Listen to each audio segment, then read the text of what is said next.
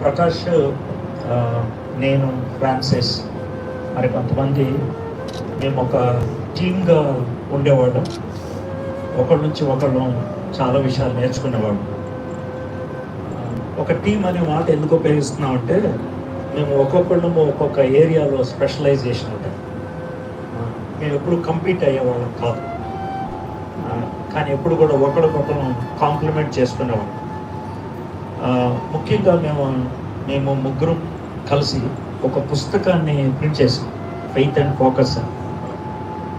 అప్పుడు ఎవరెవరు దేంట్లో బాగా ప్రాబల్యం ఉన్నవాళ్ళో వాళ్ళకి ఆ సబ్జెక్ట్ ఇవ్వడం జరిగింది. కానీ మేము అందరం కలిసి ఆ బుక్ని ప్రింట్ చేయడం జరిగింది.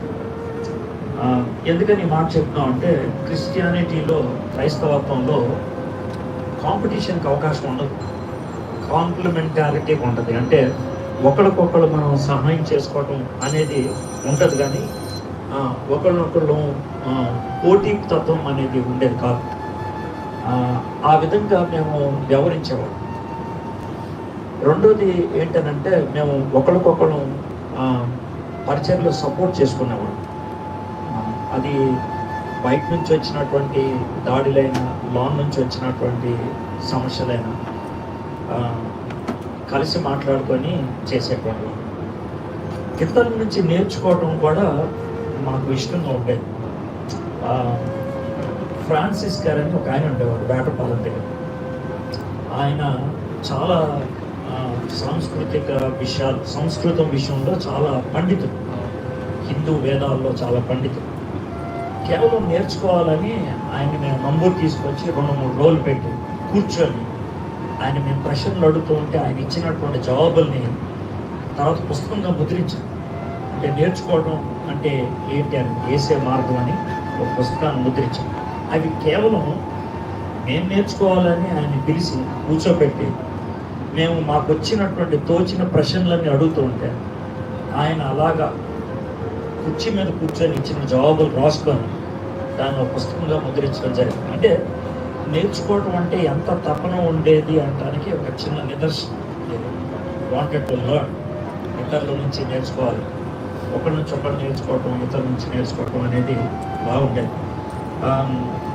నా లైఫ్లో 2 వ్యక్తులు చాలా త్వరితగతిలో చనిపోయారు. ప్రకాష్ ఒకడును, ప్రవీణ్ పగడను. ఇద్దరి గురించి ఎట్లా చెప్పగలనంటే, ఇద్దరు నా ముందు బచ్చాగాళ్ళు. ఇద్దరు కూడా నా ముందు బచ్చాడు.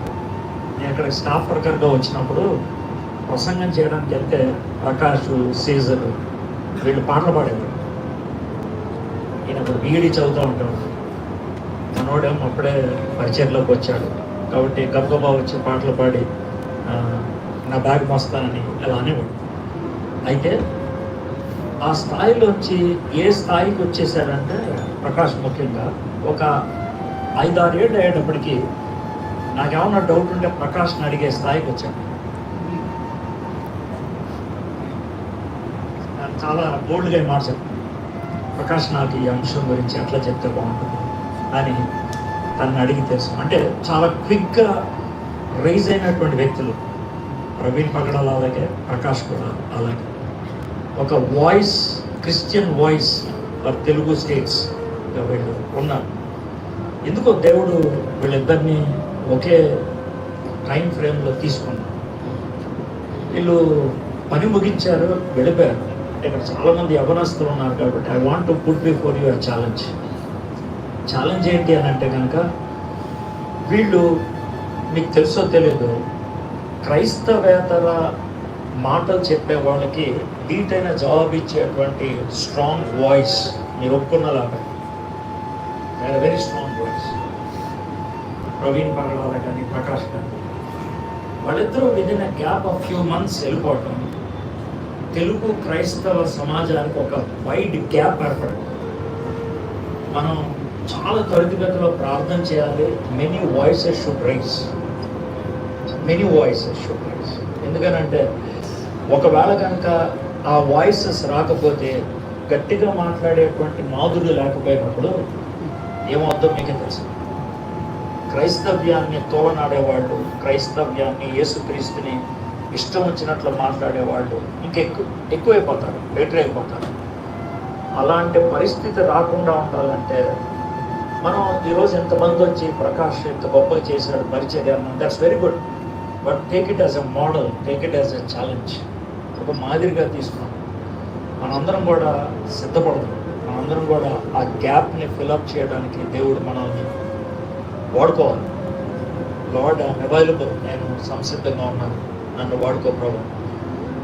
ప్రకాష్ విషయం అంటే లేడు, వెళ్ళిపోయాడనే బాధ ఉన్నప్పుడు కూడా తాను ఈ లోకంలో పడినటువంటి శ్రమ చాలా ఎక్కువ. లాస్ట్ డేస్లో చెప్తా ఉన్నారు, చాలా ఎక్కువ శ్రమ గుండా వెళ్తున్నాడు. దేవుడు ఆ శ్రమ నుండి ఉపశమనాన్ని ఇచ్చి ఆయన తీసుకొని చివరి క్షణాల్లో మాట్లాడినటువంటి మాటల గురించి వింటా ఉన్నప్పుడు it is a well prepared death, well prepared exit. చాలా కొద్ది మంది ఆ విధంగా ప్రిపేర్ అయ్యి ఈ లోకాన్ని విడిచి వెళ్తారు. చాలా కొద్ది మందికి నేను ఇప్పుడు ఇంకా దేవుని దగ్గరికి వెళ్తున్నాను, లేకపోతే ఈ లోకాన్ని విడిచి వెళ్తున్నాను అనేటువంటి అవగాహన ఉంటుంది. ఆ కొద్ది మందిలో ఈయన ఒకటి ఉండటం అనేది గొప్ప భాగ్యం. It's a privilege. God has given a privilege though you went through pain, శ్రమకుండా వెళ్ళినప్పటికీ. So we need to pray for a death which is well prepared even for us. మన విషయంలో కూడా so Prakash is a great friend, మంచి మిత్రుడు. చాలా విషయాలు కలిసి మాట్లాడుకుంటాం. We learned a lot. ఈ బ్యూటీ ఏంటంటే చాలాసార్లు మేము వాదించుకున్నాం. ఎంత వాదించుకున్నాం అంటే పక్కన ఎవరైనా చూస్తే మా ఇద్దరిని శత్రువులు అనుకునేవాడు. అంటే సబ్జెక్ట్ విషయాలు అలా వాదించుకుంటాం. అంటే దేవుని వాక్యం విషయంలో ఒక పాసేజ్ గురించి ఎంత వాదించుకున్నామంటే మొహం ఎర్రగా అయిపోయి కొట్టుకుంటారేమో అనుకునేవాడు. But that is only related to topics, not to persons. అది కూడా మీకు ఎందుకు షేర్ చేస్తున్నానంటే దేవుని వాక్యాన్ని నేర్చుకోవాలి, సత్యాన్ని గ్రహించాలి, రాజీ పడకూడదు. అంటే ఏదో చెప్పారు కదా అని వినకూడదు, కన్విన్స్ అవ్వాలి, ఒప్పింపబడేటంత వరకు కూడా అంగీకరించాలి. ప్రజలు చాలామంది ప్రకాష్ని మొండోడు అంటారు, కానీ దానికి ఒక పాజిటివ్ సైడ్ ఉంది. ఏంటో పాజిటివ్ సైడ్ ఏంటంటే తాను గ్రహించేటంత వరకు, తాను అర్థం చేసుకునేటంత వరకు ఒప్పుకోడు. ఈ విల్ నాట్ యాక్సెప్ట్. ఇన్ఫ్యాక్ట్ క్రైస్తవులుగా ఆ ధోరణి ఉండడం అనేది అవసరం. లేదనంటే సత్యాన్ని మనం సత్యంగా చూడదు, దాన్ని నీళ్లు గార్చేస్తాం, నీరు గార్చకుండా ఉండాలి. అందుకనే తాను మాట్లాడేటప్పుడు ఎవరన్నా వింటే కనుక పొగరెక్కువ, లేకపోతే ఈయనకి మొండి ఎక్కువ అని అనుకుంటారు. కానీ క్రిస్టియన్స్ ట్రూత్ మాట్లాడితే అలాగే ఉంటుంది, రాజీ పడకుండా మాట్లాడగలిగేటప్పుడు. We can learn lot from this man. ఈ వ్యక్తి జీవితాల నుంచి మనం చాలా నేర్చుకోగలుగుతాం. చిన్న ప్రాముఖ్యం చేస్తాం. అదేమో మా ప్రభు ప్రకాశం బట్టి మీకు వందనాలు చెల్లిస్తున్నాం తండ్రి. తెలుగు రాష్ట్రాల్లో గత కొద్ది కాలంగా ప్రభా మీ స్వరంగా తను మీరు వాడుకున్నారు, మీకు వందనాలు చెల్లిస్తున్నాం ప్రభా. మీ బోరగా తను మీరు వాడుకున్నారు ప్రభా, మీకు వందనాలు చెల్లిస్తున్నాం. ఆయన అనేక విషయాల్లో ప్రభా క్రైస్తవుల్ని తోలనాడినప్పుడు, క్రైస్తవ సత్యాన్ని ప్రభా ప్రశ్నించినప్పుడు మొహమాటం లేకుండా, ఏమాత్రం ప్రభా జంకకుండా, ధైర్యంగా ప్రభా ఎలాంటి పరిస్థితులు వచ్చినా పర్లేదు అన్నట్లు నిలబడి మాట్లాడేటువంటి వ్యక్తుల్లో ప్రకాష్ని ఒకటిగా చేసావు, నీకు వందనాలు చెల్లిస్తున్నాం. ఆయన తాను అనేక మందికి నేర్పించాడు, వెరిటాస్ ద్వారా అనేక మందికి తరబీదునిచ్చాడు. నేర్చుకున్నటువంటి ప్రతి ఒక్కరు ప్రభా ఆయన దాన్ని అభ్యసించడానికి, అవలంబించడానికి నేను ప్రభు చూపించుకొని వచ్చినాం ప్రభా. సీజర్ను బట్టి, కిషోర్ను బట్టి, వాళ్ళ ఫ్యామిలీస్ని బట్టి మీ సన్నిలో ప్రార్థన చేస్తున్నాం ప్రభా. It's a great loss to them. ఆ గ్యాప్ ఇంకెవరు ఫిలప్ చేయలేరు ప్రభా, ఇంకెవరు ఫిలప్ చేయలేరు. ఆయన ప్రకాష్ యొక్క వైఫ్ గురించి ప్రార్థన చేస్తున్నాం ప్రభా.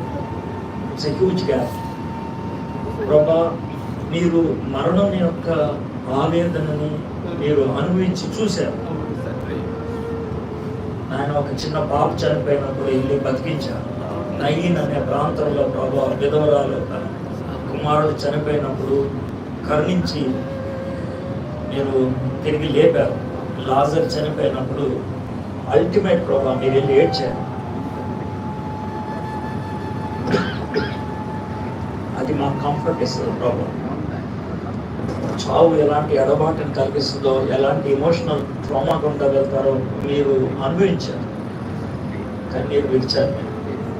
కాబట్టి ప్రభా ఎవరు కూడా ఆదరించలేరు ప్రభా. మరణము మాకు ఇష్టమైనటువంటి వాళ్ళకి కలిగినప్పుడు మీరు తప్పించి తాత్వికంగా ప్రభా, మనసులో ప్రభా మరణం తర్వాత పునరుద్ధరణ ఉన్నది అని మేము నమ్మినప్పటికీ ద గ్యాప్ ఈస్ గ్యాప్ ప్రభా. ఆ గ్యాప్ని ఫుల్ఫిల్ చేయగలిగేది మీరు ఒక్కళ్ళే ప్రభా. మీరు సహాయం చేయమని అడుగుతున్నాను. ఇంతమంది ఇక్కడికి వచ్చి ఇలాగ చూసి వెళ్తూ ఉన్నప్పుడు ఇట్ స్పీక్స్ ప్రభా. ప్రకాష్ ఎంత పరిచయం చేశాడు, ఎంతమందికి ప్రభా నీ వాక్యాన్ని అందించాడు. Thank you so much for his life. Thank you so much for his life. Thank you so much for all the gifts you have given to him and he fully used it for your glory and for your Kingdom. మీకు వందనాలు చెల్లిస్తున్నాను తండ్రి. సమస్త ఘనత మహిమ మీకు ఆరోపిస్తూ మేమందరం ఒకరోజు కలుసుకుంటామనేటువంటి నిరీక్షణతో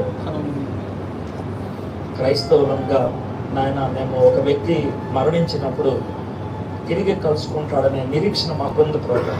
క్రీస్తు యొక్క పునరుద్ధానం బట్టి ఆ నిరీక్షణ మమ్మల్ని ధైర్యపరచగలిగినట్లు కృప చూపించమని యేసు నామములో ప్రార్థన చేయించున్నాం తండ్రి.